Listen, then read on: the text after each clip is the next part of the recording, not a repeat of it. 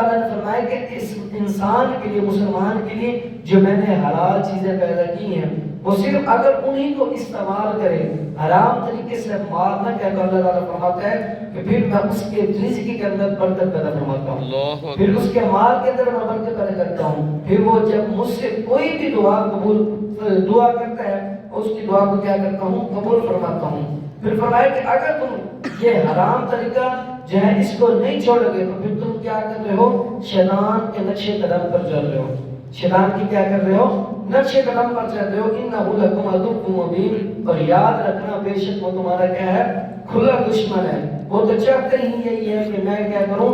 ان مسلمانوں کو بہکا کر دوزخ میں لے جاؤں، لیکن جب قیامت والے دن، یہ میں نے 2-3 دن پہلے بھی بات بتائی، قیامت والے دن جب اس سے سوال کیا جائے گا نا کہ آپ نے مجھے کیا کر دیا؟ گناہوں میں لگایا تھا۔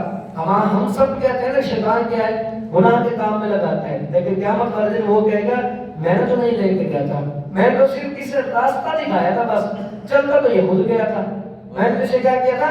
راستہ دکھایا تھا، تھوڑا سا اشارہ دیا تھا، تو یہ چلتا کیا ہے؟ خود گیا تھا، اور خود اس نے کیا کیا تھے؟ گناہ کیے تھے۔ اس دن وہ انکار کر دے گا۔